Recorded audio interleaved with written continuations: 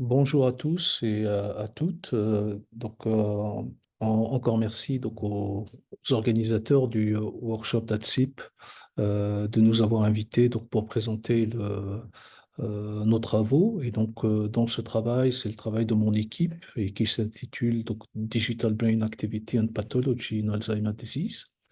Euh, dans ce travail, je vais vous présenter l'état d'avancement des modèles de simulation de l'évolution de la maladie d'Alzheimer.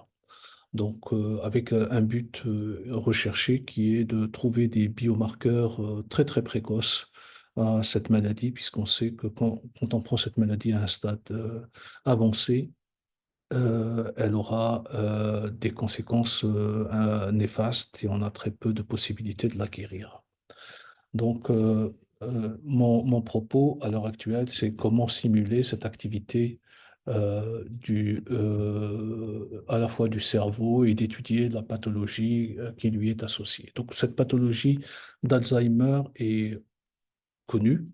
On sait qu'on perd des fonctions cognitives, on sait qu'on perd de la mémoire, on a des détériorations qui sont y compris motrices. Mais c'est surtout le fait que cette maladie a ce qu'on appelle une phase très très longue, prodromale, c'est-à-dire que c'est une maladie silencieuse, donc qui va évoluer pendant 30 ou 40 ans, avant d'émerger. Mais quand elle émerge, ben, les signes cliniques qu'on va observer à ce moment-là ne sont pas très très utile parce qu'en définitive, le cerveau est dans un état détérioré qu'on ne peut pas reconstituer ou très très difficilement. On a une sorte de non-retour quant à cette pathologie. Donc la seule manière d'envisager le traitement de cette maladie, c'est de l'observer, ou du moins de la freiner à un stade très très précoce, ce qui pose des problèmes à la fois de compréhension de l'évolution de la maladie et des moyens qu'on va mettre pour l'arrêter. Donc, cette diapositive montre un petit peu parmi les facteurs qu'on connaît et de la physiopathologie de la maladie d'Alzheimer. Comme vous voyez ici, on voit des agrégats de plaques amyloïdes. Ces plaques amyloïdes juxtaposent donc à la fois aux neurones, aux microglies, qui sont d'autres types de cellules cérébrales, et les astrocytes, qui sont d'autres cellules qui sont là. Les neurones sont ici. Ça, c'est un des marqueurs de la maladie neurodégénérative, qui sont les plaques amyloïdes qu'on observe.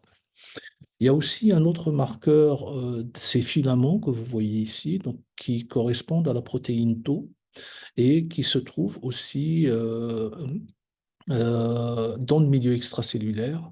On appelle la PETO pour dire la protéine Tau qui a été phosphorylée. Je vais expliquer un petit peu en quoi ce processus euh, peut conduire. Donc, deux phénomènes. Si on regarde bien l'évolution de la pathologie, on a ce qu'on peut appeler l'aspect normal cognitif chez les personnes. Cet aspect normal cognitif, c'est dans une évolution de la pathologie ou de la maladie qui dure en gros de 10 à 20 ans. Et qu'est-ce qu'on voit pendant cette période-là? C'est que les plaques amyloïdes ont grimpé de façon très importante. On a aussi une évolution de cette protéine Tau dans le cerveau, mais on a très peu de détérioration sur le plan de la structure cérébrale, donc de mort neuronale. Donc il y a cette plasticité du cerveau fait que pendant toute cette phase-là, si on teste les personnes d'un point de vue de la mémoire ou d'un point de vue de leur capacité physiologique, on est incapable de décerner qui sont anormaux. Bien que cette anormalité, elle est bien présente au niveau cérébral. Et on commence à détecter certaines anormalités à ce qu'on appelle la phase MCI, où on commence à perdre un petit peu, par exemple, de la mémoire épisodique, de la mémoire à court terme. Et, les MCI, c'est les Middle Cognitive Impairment. Donc, c'est là où on commence à se poser la question, s'agit-il d'une maladie d'Alzheimer ou d'autres types de maladies neurodégénératives? Mais une chose, on est sûr, c'est qu'il existe une pathologie neurodégénérative qui est présente à ce moment-là. Et évidemment, donc la phase où la démence elle est déclarée, c'est une phase qui, la plupart du temps, malheureusement, euh, se termine par la mort de la personne ou du sujet. Donc, on va essayer de voir est-ce qu'on est capable de détecter la maladie à un stade très très précoce, donc à un stade qui se situe avant cette perte de mémoire qu'on observe dans la maladie d'Alzheimer. Alors, plusieurs questions se posent à nous. La première, c'est est-ce qu'on est capable de suivre ces fameuses évolutions de topathie, par exemple, au niveau cérébral? Et est-ce qu'on est capable de voir comment cette topathie qui évolue au niveau du cerveau va interagir avec l'activité cérébrale, comment elle va gêner cette activité, comment elle va gêner le métabolisme cérébral. Donc, quelle est l'interaction entre la topathie et le métabolisme cérébral? Et on peut voir que deux facteurs importants avec lesquels la topathie interagit, mais pas que, mais qui sont parmi les plus importants, c'est des neurotransmetteurs qu'on appelle du GABA et du glutamate. Donc, on va voir comment la pathologie, justement, se lie à ces maladies-là. Donc, je vais vous montrer un petit peu le rôle de cette protéine Tau au niveau de la structure cérébrale. Là, vous observez un neurone. Donc, ce que vous voyez ici, c'est un axone. Et si on zoome sur l'axone, c'est des microtubules, hein. Donc, c'est des tubes. Et on voit que la protéine Tau, que vous voyez en rouge, sert de ciment au niveau de la structure du microtubule. Donc, la dégénérescence fait que cette protéine se détache et elle s'ouvre et donc elle collapse et forme des agrégats que vous voyez en rouge ici. Et donc quand ce processus-là se produit, le microtubule est déstructuré, d'où la dégénérescence axonale qu'on observe dans la maladie d'Alzheimer. Alors, à l'échelle du cerveau tout entier, on voit que la topathie débute de façon relativement profonde au niveau cérébral. Donc ça, c'est des structures qui sont assez profondes. En particulier, donc ce qu'on appelle le stade 1 de la maladie d'Alzheimer, c'est un stade qui touche le cortex transentorhinal qui se trouve ici. Et elle évolue et on voit qu'elle touche le cortex entorhinal, donc on voit qu'elle a évolué autour de ce cortex transentorhinal. Et cette phase-là, c'est la fameuse phase entre 10 ans et 20 ans donc d'évolution. Et si on regarde à l'échelle plus tardive, on voit qu'elle touche l'hippocampe, donc elle évolue encore. Et c'est à ce stade-là que les tests neuropsy commencent à montrer qu'il y a des pertes, par exemple, de mémoire à court terme. Et cela montre que les tests classiques en neurologie sont des tests qui sont sensibles à la maladie qu'à un stade relativement tardif, même si on considère que le stade 3 reste un stade au niveau MCI qui est assez tôt dans le cadre de la maladie. Et la maladie continue à évoluer donc à différents types de stades jusqu'à toucher des régions qui sont le cortex associatif, les régions cérébrales, l'aire de Broca qui va servir en particulier pour le langage, où on perd des caractéristiques du langage et puis ensuite elle envahit le cerveau tout entier et d'où les aires unimodales, en particulier les aires motrices, les aires visuelles. Donc, voilà un peu l'état d'évolution de la maladie. Qu'est-ce qu'on peut dire à partir de ça? Ben, qu'il y a une certaine voie d'évolution de la maladie, une sorte d'arbre d'évolution de la maladie qui respecte quelque part un peu l'architecture du cerveau. Donc ça, c'est un point particulièrement intéressant à constater. Donc, ce qui nous intéresse, nous, maintenant, c'est de modéliser justement la progression de la topatito au niveau cérébral. Donc, ce travail est fait par une partie de mon équipe, donc, que vous voyez ici, et on introduit non seulement la modélisation de ce qu'on peut appeler des neurones, des astrocytes, dont j'ai parlé auparavant, mais on introduit aussi la connectivité anatomique qui existe entre l'ensemble de ces cellules. Alors cet exemple-là vous montre comment la topathie que vous voyez en blanc ici, donc en microscopie, voyage au niveau cérébral.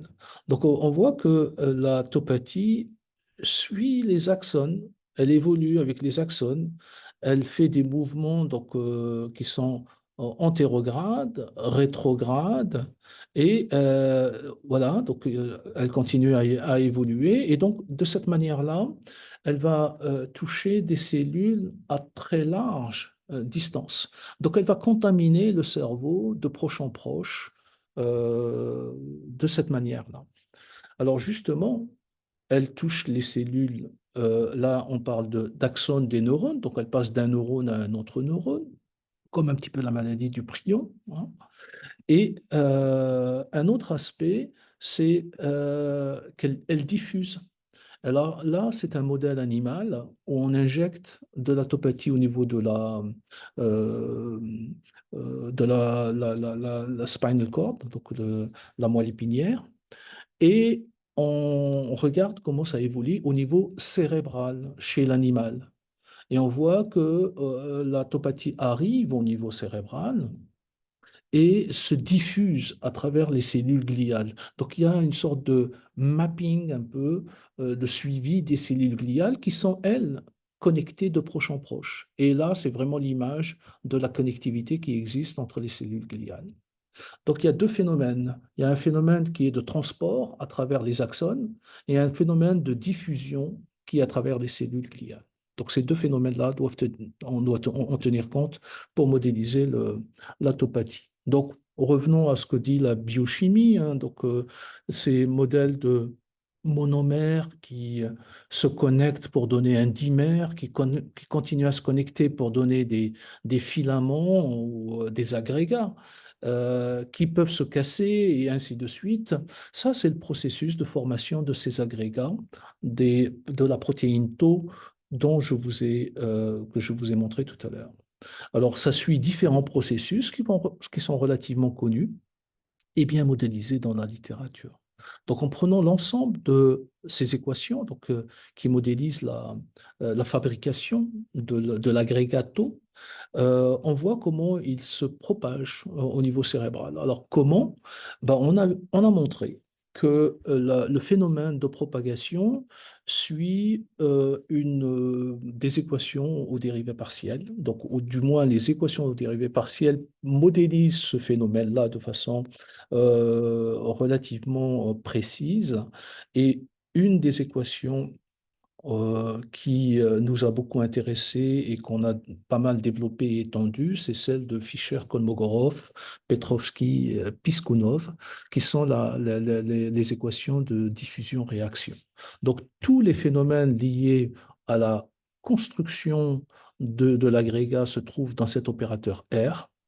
Et les phénomènes de diffusion se trouvent dans cet opérateur qui est le Lagrangien sur un graphe. Donc il s'agit de l'équation de Fischer-Kolmogorov qui a été donnée dans le cadre continu et qu'on a généralisé au cas discret d'un graphe, donc qui pose un certain nombre de problèmes, j'allais dire techniques. Pour ceux qui seraient intéressés, vous pouvez consulter le papier qui a été publié dans le journal de Chaos par mon doctorant, donc Rahim Abadi. Donc l'opérateur R, qui inclut l'ensemble de ces équations, montre qu'il y a un lien entre les processus justement de réaction-diffusion et l'intégration de l'ensemble de ces équations pour la protéine. Alors passons à la modélisation, donc passons à la validation de ces équations. Donc nous sommes intéressés aux données proposées par l'Institut Allen, donc chez l'animal, où on connaît toute la structure de l'animal, on connaît la connectivité anatomique de l'animal. En effet, on injecte des virus au niveau des différentes régions cérébrales sur l'hémisphère droit et on va mesurer la quantité de virus sur l'hémisphère gauche. Ça nous informe sur la trajectoire donc anatomique qui relie les deux régions cérébrales. Donc là, on a une connectivité anatomique. On fait l'inverse. On va injecter à gauche et puis on mesure à droite et on a aussi une connectivité anatomique. Donc, un premier constat, c'est que la, l'architecture, ou du moins le graphe de connectivité droite-gauche ou gauche-droite, n'est pas complètement symétrique. Donc, il y a bien des directions privilégiées dans la connectivité au niveau cérébral. Donc, il s'agit de graphes orientés et non pas de graphes non orientés au niveau cérébral. Donc, ça, c'est l'anatomie chez l'animal. Et on résout les équations aux dérivées partielles que nous avons mentionnées sur un graphe contenant aux alentours de 400 régions. Alors, avec un modèle de simulation où on injecte la topathie dans une région connue, donc la région CA1, et on regarde comment cette protéine tau va se propager tout le long du réseau cérébral et on voit comment elle évolue. Donc, si vous regardez région par région, comment la concentration de la protéine tau augmente et donc va jusqu'à un moment où elle doit se stabiliser. Donc on voit que toutes les régions ont cette évolution au cours du temps. Alors ça, c'est très intéressant parce que c'est un peu ce qu'on connaît des phénomènes qu'on connaît chez l'homme. En effet, on sait que chez l'homme, on a cette protéine tau démarre dans des régions limbiques, comme je vous ai montré. Donc, elle va évoluer au sein de ces régions limbiques. Ensuite, il y a des régions qui sont des régions temporales, qui sont atteintes. Et ensuite, on a des régions qui sont, par exemple, les ganglions de la base, donc beaucoup plus internes. Et ça se termine par des régions qui sont des régions frontales, qui sont à distance de la région de la région limbique. Donc c'est très intéressant de voir que ces modèles ont l'air de mimer un peu ce qui se passe en termes réels d'évolution au cours du temps.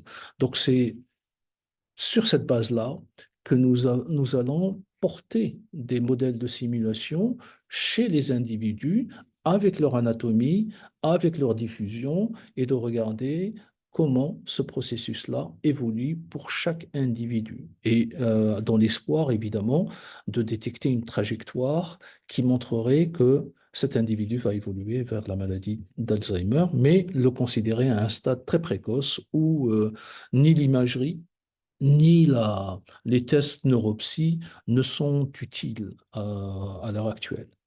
Donc ça, c'est le premier volet du travail que je vous ai présenté. Le deuxième, c'est comment cette topathie qui évolue dans le cerveau va interagir avec l'activité cérébrale elle-même.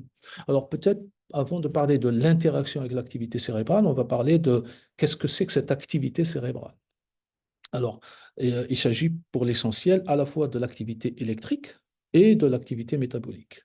Alors, d'où la notion de dialogue entre les neurones et la glie. Donc, le métabolisme n'est pas indépendant de l'activité électrique et vice-versa. Alors, ce travail est effectué par des chercheurs qui sont mentionnés ici dans mon groupe. Et ce que vous voyez ici, c'est un graphe, hein. Donc, au fait, c'est un multigraphe qui, au niveau de chaque nœud du graphe, on a des neurones. Donc là, vous voyez la partie présynaptique et la partie postsynaptique des neurones. Vous avez la partie des cellules gliales, donc le compartiment glial hein, ou astrocytaire, et vous avez le milieu extracellulaire. Et qu'est-ce qu'on a d'échange entre cet ensemble de compartiments? C'est là, par exemple, le GABA et le glutamate qui va s'échanger avec les astrocytes. Donc, les astrocytes sont là pour réguler la concentration de glutamate produit par les neurones pyramidaux, par exemple. Donc, quand ils s'activent. Alors, ça, c'est un point qui est important. Donc, chaque nœud modélise ça. Alors, d'un point de vue mathématique, il s'agit d'un ensemble d'une quarantaine d'équations différentielles non linéaire associé à chacun des nœuds. Donc, vous pouvez comprendre que si on a quelques milliers de nœuds, donc ça constitue un problème mathématique qui est un peu hard à résoudre, mais qu'on a pu en partie, en tout cas une grande partie résoudre grâce aux travaux en particulier de Obay, qui a fait sa thèse là-dessus. Alors comment? On part de l'IRM anatomique et on segmente cet IRM anatomique, on prend la partie corticale donc, et sous-corticale. On subdivise donc l'ensemble des régions de la matière grise, on a un ensemble de régions d'intérêt. Donc ici, vous avez un millier de régions d'intérêt, par exemple. Pour l'imagerie de diffusion, on a disons, le tenseur de diffusion ou les cuboles. Et à partir de ça, on effectue une tractographie, donc, où on définit donc, les fibres de connectivité anatomique entre les populations de neurones. Et on a à la fin, grâce aux régions qui vont constituer un nœud du graphe, où on a à la fois des neurones et des astrocytes, et entre les régions, on a une connectivité qui est une connectivité anatomique, donc des fibres qui connectent les neurones.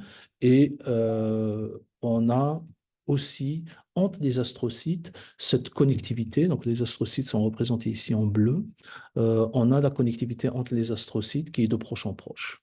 Donc c'est pour ça qu'ici on a un multi-réseau, en fait, un réseau astrocytaire connecté à un réseau neuronal et chaque nœud, l'ensemble des neurones et des astrocytes sont reliés entre eux. Donc ça peut se modéliser par ce qu'on appelle des modèles compartimentaux ou des neuronal mass models.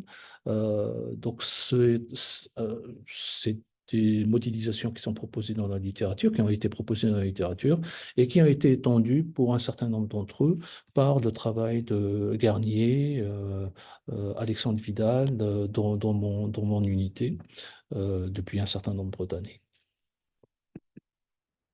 Donc, on voit que ces modèles peuvent simuler à la fois l'activité électrique, comme vous voyez ici sur le LFP, ou Local Field Potential, l'activité électrique des neurones. Si on zoome dans cette région-là, on voit que bon, bah, c'est une activité qui est oscillatoire, mais on est capable aussi de simuler l'activité du glutamate qui suit cette activité électrique et l'activité du GABA donc qui sont des métabolites, des neurotransmetteurs. Et on voit que en zoomant, on a aussi une sorte de couplage entre l'activité électrique, l'activité métabolique, qu'elle soit de GABA ou de glutamate, et ça pour toutes les régions du cerveau. Ici, c'est pour deux régions particulières, qui est le précuneus et une région occipitale. Donc ce modèle-là semble aussi suivre un peu l'activité électrique du cerveau. Donc ça, c'est le deuxième point. Maintenant, il faut relier les deux ensemble. C'est en quoi l'évolution de la topathie que je vous ai montré au préalable, qui sont des équations de Fischer-Kolmogorov, et peuvent être reliées aux équations de masse neurale pour l'activité électrique. Pour ce faire, donc, ces travaux ont été menés par l'équipe que vous voyez ici, ou la sous-équipe de mon unité. Alors, mais avant de relier l'ensemble, il faut comprendre un peu comment on les relie, comment relier la propagation de la protéine tau à l'activité électrique. Quel est le lien? Le lien nous est apporté par la biologie, où les gens ont montré que si je regarde la concentration chez l'animal, la concentration de glutamate, et que chez cet animal-là, j'ai injecté de la topatie. Donc, on contrôle la quantité de topatie qu'on a, et on contrôle l'uptake, c'est-à-dire comment les astrocytes sont capables de réduire la quantité du glutamate dans le milieu extracellulaire. Donc il y a un lien entre la présence de la vitesse d'absorption du glutamate par les astrocytes, donc qui est représentée par ces courbes. Cette courbe-là, c'est la vitesse d'absorption du glutamate ou de transformation du glutamate euh, par les souris dans le cas normal. Et en présence de topathie, on voit que cet uptake-là a diminué de façon drastique. Donc, on comprend les mécanismes, le pourquoi du glutamate n'est plus absorbé par les astrocytes à cause de la présence de la topathie. Donc, je ne vais pas descendre en profondeur pour expliquer ce phénomène-là, on pourra en discuter un peu plus tard, mais simplement que la présence de topathie réduit de l'uptake du glutamate. Donc ça, c'était euh, parfait pour relier dans notre modèle à nous. Ça, c'est la production de glutamate par les astrocytes ou l'uptake du glutamate par les astrocytes. Et on voit que cet uptake-là est réduit, d'où l'émergence de cette partie-là dans l'équation différentielle non linéaire qui montre que le glutamate est relié au taux. Donc c'est ça l'idée, c'est quand le taux ou la protéine tau évolue au niveau cérébral, dans chacune des régions, elle va faire en sorte que le glutamate et l'uptake du glutamate va être réduit. Et ça a une conséquence directe sur l'activité électrique. Alors comment? Ben, on voit que si on simule de la topathie dans cette région, on voit que la réduction du glutamate, l'uptake du glutamate par les astrocytes, fait qu'il y a plus de glutamate qui reste dans le milieu extracellulaire, puisqu'on en a extrait moins. Donc s'il y a plus, ça a comme effet une excitation des neurones pyramidaux de façon un petit peu brusque. Ce phénomène-là, qu'on peut simuler ici, est un phénomène relativement, j'allais dire, connu en termes d'observation euh, chez les patients précoces de la maladie d'Alzheimer où on voit une inflammation qu'on expliquait relativement mal, mais il y a que déjà des hypothèses qui étaient apportées par certains chercheurs qui touchaient un petit peu le fait que peut-être qu'il y a un côté cytotoxique de du glutamate, mais la démonstration n'a pas été faite. Je crois que c'est un des premiers travaux là qui montre qu'il y a un lien, en tout cas, entre la cytotoxicité du glutamate et l'uptake du glutamate et par conséquent le lien avec la présence de la topathie. Pour ceux qui sont intéressés, il y a un papier qui vient d'être soumis à PLOS Computational Biology qui est en revue sur cette question. Donc, alors, on a été beaucoup plus loin. Comme on peut faire de la simulation en prenant un ensemble de régions. Donc, qui sont représentées ici sur toutes les lignes. Donc, un ensemble de régions qui sont connectées à la région qui est représentée ici par le point noir et commençant à bloquer l'uptake du glutamate par les astrocytes, comme si on a, par exemple, de la topathie. Et donc, on voit que le neurone ou les neurones où il y a l'uptake du glutamate qui a été réduit par les astrocytes commencent à s'activer de façon abnormale et jusqu'à un certain seuil. Donc, il résiste, mais comme il s'active de trop, à un moment donné, ben, ce neurone-là va mourir. Qu'est-ce qui se passe ailleurs? Ce neurone-là étant connecté à d'autres neurones, donc on a représenté le réseau ici de connectivité, on voit que cette activité anormale, elle est propagée donc, au niveau des autres populations de neurones qui sont à distance. Alors ça, c'est intéressant. Et quand le neurone meurt, alors c'est très intéressant d'observer que les neurones qui restent ont l'air de restabiliser leur activité électrique. Euh, donc il y a une notion de résistance du réseau malgré le fait qu'un des neurones est mort. Donc le réseau retrouve une forme d'activité entre guillemets normale, même si elle présente des anormalités, mais c'est ça qui fait que on est résilient, on arrive à résister à la maladie jusqu'au moment où cette résilience, qui est donnée ici par la résistance du réseau, n'est plus possible.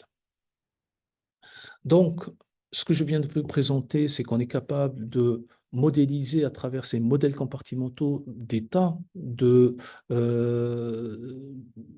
signaux qui proviennent à la fois de l'imagerie métabolique, comme la NIRS, ou comme l'IRM fonctionnel, mais aussi des activités électriques, donc, comme le G ou la MEG, et qu'on est capable de les intégrer ensemble à travers ces modèles. Et ces modèles émanent à partir de populations de neurones, d'interneurones, d'astrocytes et évidemment de capillaires.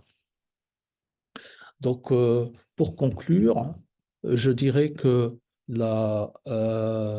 les cellules gliales jouent un rôle très important dans la propagation de l'activité au niveau des réseaux cérébraux. Donc, il n'y a pas que les neurones qui transmettent entre eux, mais il y a les astrocytes qui conditionnent cette activité neuronale, qu'on est capable de trouver des modèles biophysiques, donc des modèles computationnels du cerveau tout entier et de mimer un peu cette interaction neurone-glie en termes d'activité, que ces modèles sont maintenant traitables parce qu'avant c'était impossible de traiter des milliers d'équations différentielles et d'en étudier les propriétés mathématiques. Donc aujourd'hui, on commence à percevoir donc des voies réalistes pour résoudre ce type de problème, qui reste encore des problèmes à approfondir.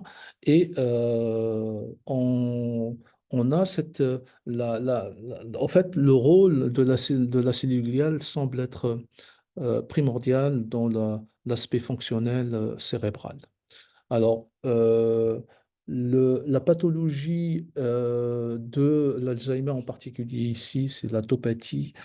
On voit qu'elle est intimement liée à l'évolution du glutamate et le transport du glutamate et l'uptake du glutamate, et que ça participe en particulier au dysfonctionnement en présence de topathie, le dysfonctionnement du glutamate. Donc on peut imaginer qu'on peut doser le glutamate au niveau cérébral à un stade très précoce. Et si la concentration de glutamate par rapport à une situation, j'allais dire, de sujet normal, augmente dans le milieu extracellulaire, on peut supposer que ce dérèglement peut être dû à la présence de topathie qui est silencieuse et qu'on n'a pas pu détecter. Donc, c'est vers ces biomarqueurs-là qu'on se dirige pour détecter la maladie d'Alzheimer. Donc, pour finir, donc, je voudrais remercier toutes les personnes qui ont participé à cette étude, en particulier toute mon équipe. Donc, ils sont nombreux. Remercier aussi Christophe Grova et son équipe. Remercier Jimmy Neer, qui est à l'Université de Toronto à l'heure actuelle, et puis Alexandre Vidal, qui travaille à l'Université d'Evry. À Sorbonne Université, Stéphane Le Hérissi, Bruno Dubois et Olivier Codiot, donc qui ont beaucoup participé, à mes collègues à McGill et au MNI, et puis les travaux sont validés chez l'animal et grâce à la collaboration avec Hélène Giroir et Jonathan Brouillette. Voilà, je vous remercie pour votre attention et puis ben, je vous donne rendez-vous tout à l'heure pour discuter euh, de cette, de cette présentation. Merci beaucoup.